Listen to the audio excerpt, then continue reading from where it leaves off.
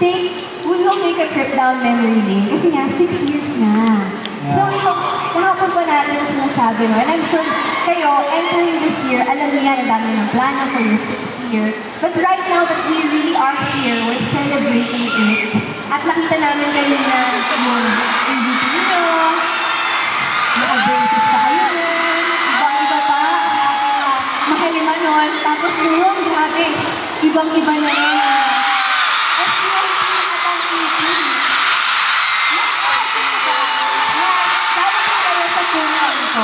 Doon sa 6 years, ano yung pinaka-memorable sa inyo? Memorable? Kasi kahapon ako sumagot, ano ako ulit? Ano iba naman? Justin? 6 years?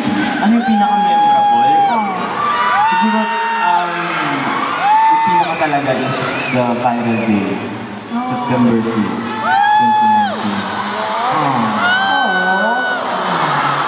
Kasi mga panahon yun, kasi emote. Last 2019, talagang malapit na kami sa amin. Justin! Pagsukat sa dila. Diyos ka lang! Pusong kaganapan.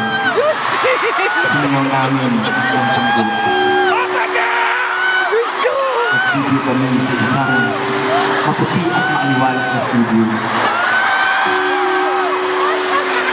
Nag-practice 2,000 times.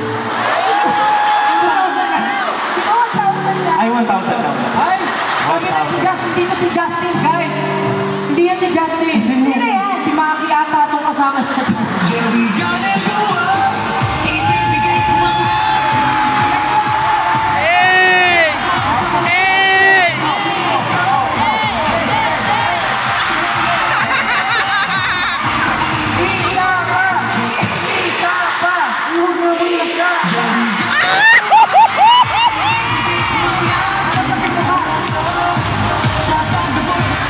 Makes sense, no?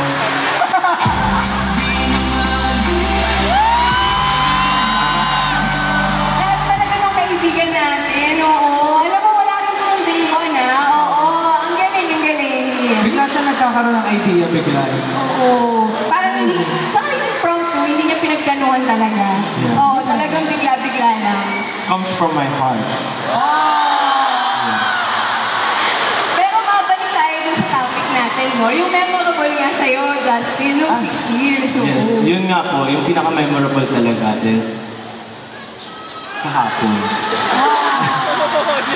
Kasi, Tanda mo pa, no? hindi ko talaga siya malimutan ngayon. Feels like yesterday. Yes, it feels like yesterday na parang napaka-fresh yung mga pangyayari. Yung mga, parang deja vu. Yung mga nakikita ko ngayon na tao, parang hindi kami lumaki, parang hindi kami tumanda. So, Ay, Josh, graduate mo yun, hindi ka lumaki. Hindi ka tumanda. hindi lumaki ang ulo. Tumingin sa'yo, Josh, nakita ko. Last na. Ang cute ko nga eh. Ay, trick mo ba ako? Trick mo ganyan. Alam ko, namimiss mo kasi ako eh. Ay, may idea ko. Bakit hindi ka magpakit kay Justin? Tapos tignan natin kung may epekto kay Justin. Try mo magpakit kay Justin. Dapat ikaw straight face. Straight face. Bawal magbago yung face. Nonchalant. Harap ka kay Justin, tapos magpakit ka. Justin.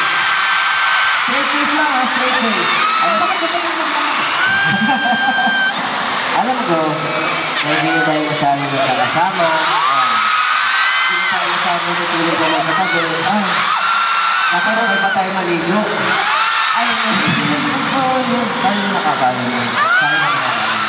Pero ngayon, sige, pagbibigyan kita. Egg yolk? Egg yolk? Egg yolk! Pare, ang tagal pare. Okay, 3, go. 3, 2,